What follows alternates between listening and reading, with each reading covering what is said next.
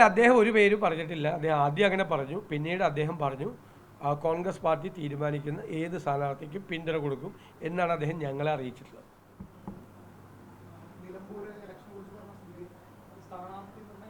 ആയില്ലല്ലോ, election പ്രഖ്യാപിക്കുന്നതല്ലോ. അത് വാർത്തകൾ വരുന്നതാണ്. ആ വാർത്തകൾക്ക് ഞങ്ങൾക്ക് അറിയില്ല. ഞാൻ നേരത്തെ പറഞ്ഞു, എല്ലാ ചാനലുകാരും, എല്ലാവരും അല്ല, കുറച്ച് പേര് സ്ഥാനാർത്ഥി അങ്ങ് തീരുമാനിക്കുകയാണ്. അത് തീരുമാനിക്കാനുള്ള അവകാശമെങ്കിൽ ദയവ് ചെയ്ത് ഞങ്ങൾക്ക്.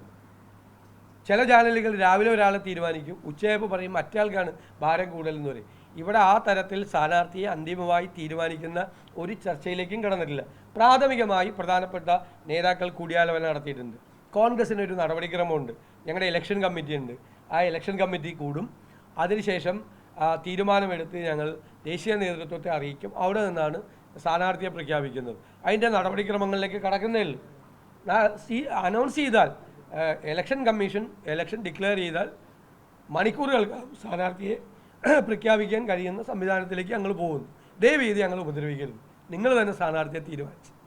ചില ചാനലുകൾ കഴിഞ്ഞ കുറേ ദിവസമായിട്ട് ഇങ്ങനെ ഭാരം തൂക്കിക്കൊണ്ടിരിക്കുക, ആർക്കാണ് തൂക്കമെന്ന് പറഞ്ഞുകൊണ്ടിരിക്കുക.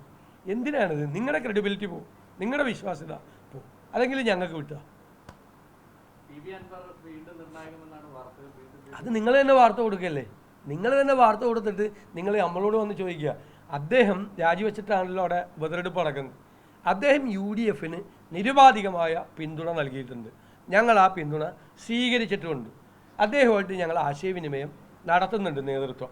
ബാക്കി വിശദാംശങ്ങൾ ഇപ്പോൾ പറയാൻ നിവൃത്തിയില്ല. അല്ല, അതൊന്നും നിങ്ങൾ പുറത്ത് കേൾക്കുന്നതല്ലേ. ഞങ്ങൾ ചർച്ച ചെയ്തൊരു തീരുമാനം എടുക്കട്ടെ. അങ്ങനെയല്ലേ? നിങ്ങൾക്ക് തൃക്കാക്കരയിൽ എത്ര സ്ഥാനാർത്ഥികളുണ്ടായിരുന്നു? പുതുപ്പള്ളിയിൽ സ്ഥാനാർത്ഥി ഉണ്ടായിരുന്നു. പാലക്കാട് എത്ര സ്ഥാനാർത്ഥി ഉണ്ടായിരുന്നു? നിങ്ങൾ തന്നെ എത്രയോ ചർച്ചകൾ നടത്തി. ഞങ്ങൾ പറഞ്ഞപ്പോൾ സ്ഥാനാർത്ഥിയെ ഏകകണ്ഠമായിട്ട് സ്ഥാനാർത്ഥിയെ ഞങ്ങൾ പ്രഖ്യാപിക്കും. അത് നടപടിക്രമമുണ്ടല്ലോ. ഞാൻ ഒറ്റയ്ക്കോ വന്നിട്ടാണോ സ്ഥാനാർത്ഥിയുടെ പേര് പറയുന്നത്?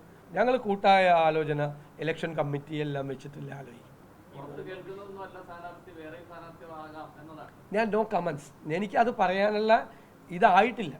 എനിക്കതിനുള്ള എന്നെ ആ ഉത്തരവാദിത്വം ഏൽപ്പിക്കുമ്പോൾ ഞാൻ അത് അനൗൺസ് ചെയ്യും. പാർട്ടി എന്നെ ഏൽപ്പിക്കുമ്പോൾ സ്ഥാനാർത്ഥിയെ പ്രഖ്യാപിക്കാൻ പറയുമ്പോൾ